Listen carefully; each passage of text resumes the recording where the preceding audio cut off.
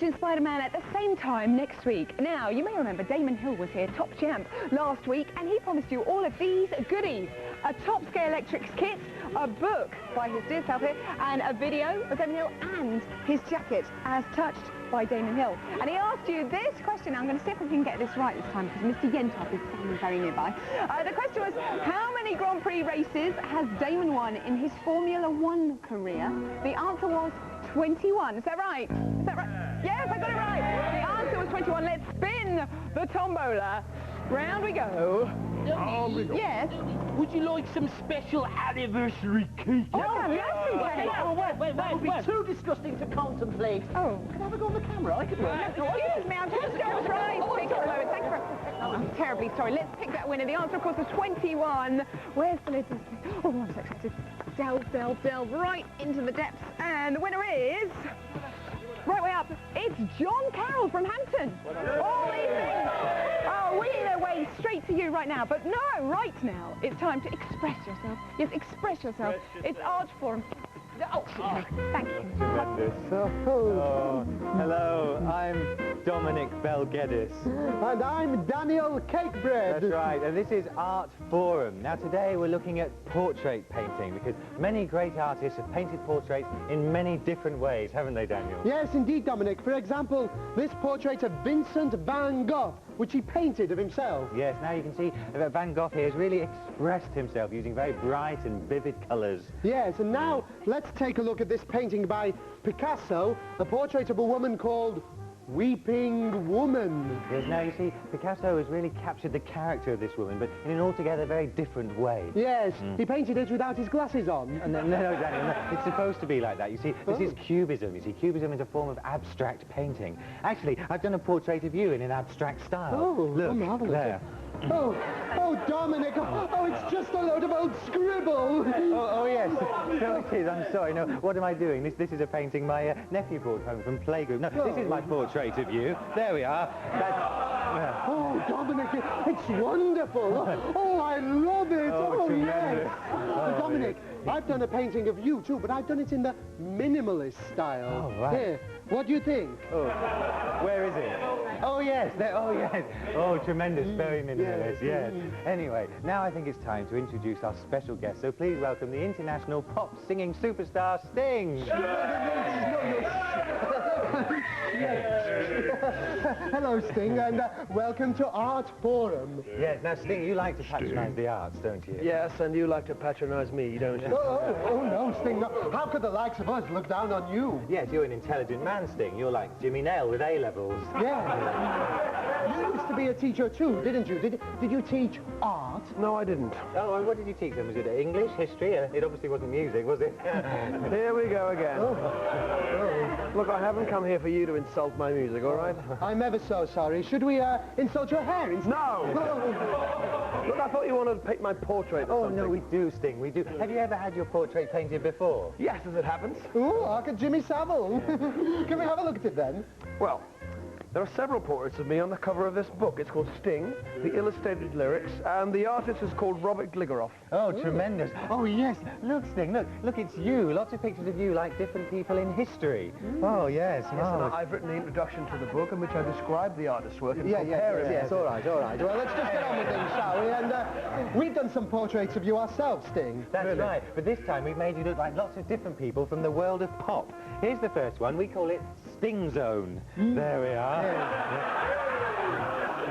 And now can we have a look at the next one? We call this Spice Sting. There. Spice Sting, yes. And finally, here's one called Wacko Stingo.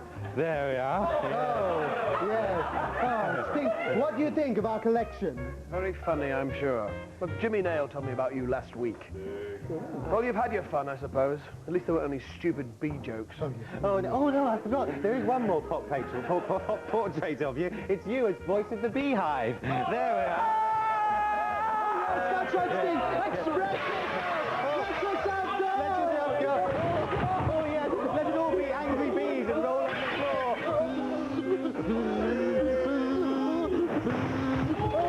Let yourself. My goodness, what a racket! Talking of racket, here's Tim Henman's rag file.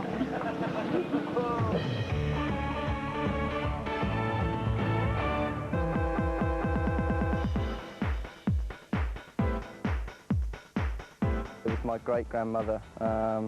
She was the first lady to serve overarm at Wimbledon, and then my grandmother was the last lady to serve underarm. So there's some history in the family. Absolutely. Tiny Tim's followed in his family's footsteps, starting age 3 and making his Wimbledon debut at 8, although it's not all been happy memories. The big story here over the past 24 hours was the disqualification last night of Tim Henman and Jeremy Bates in the men's doubles. 2-1. Home. There's hard and very hard. I hit the ball hard. It wasn't as if I bulleted it in the fence. And she's standing there and she runs straight across in front of me. Oh, well, he did kiss and make up, and if there were problems in 95, there was nothing but fame in 1996. Now, beginning with an epic 5-set round match with Kafelnikov, he moved swiftly through the first, second, and third rounds, and Tim soared up the world rankings.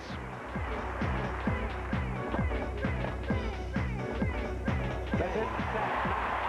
He wins. 3 sets to love. 6-1, 6-3, 6-4. It wasn't until the quarter-finals that he fell heroically to Todd Martin.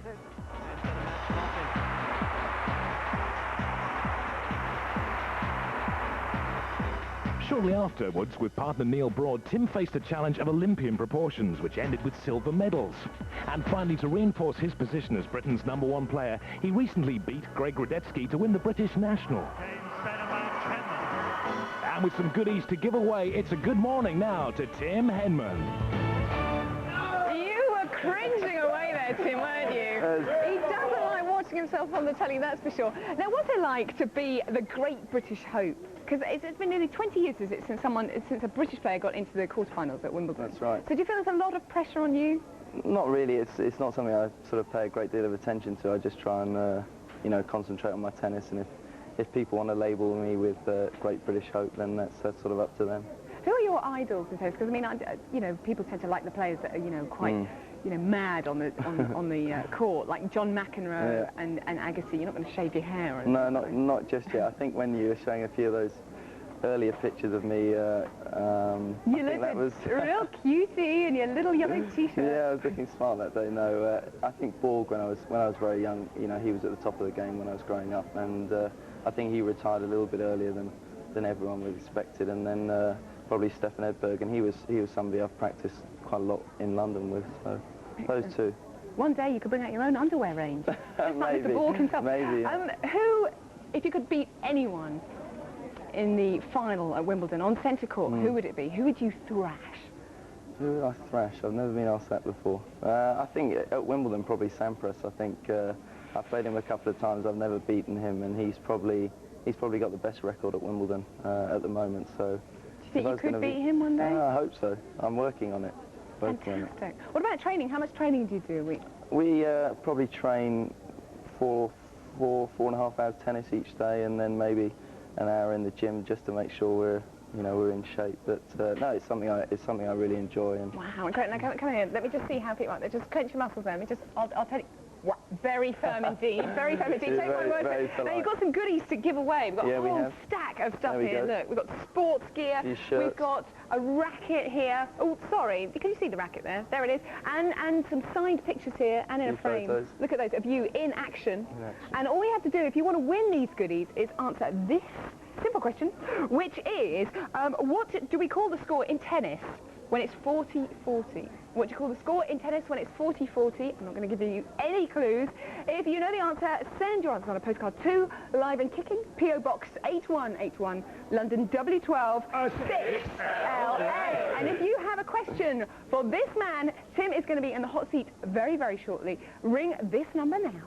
01818118181. There we go. And now it's time for Blobby's baggage, I think. Blobby? Well, Blobby, that's just the icing on the cake, isn't it? Let's face it. Blobby!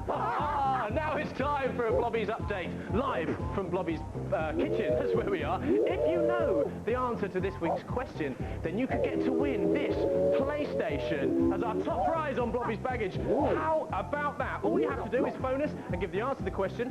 The question is, today is the 100th Live and Kicking. What do you get from the Queen on your 100th birthday? What do you get from the Queen on your 100th birthday? If you know the answer, then get dialing on this number now. Blobby's baggage on 0891 3399 $11.99.55. 0891 33.99.55. Lines close at 11:25. And please, don't forget to get permission from whoever pays your bill. Look, cake's coming on nicely. I've not had you down as a chef. Thanks very much. Yeah, very funny. Now over to Danny Minogue. But Floppy, no electric circus now! Quick, quick!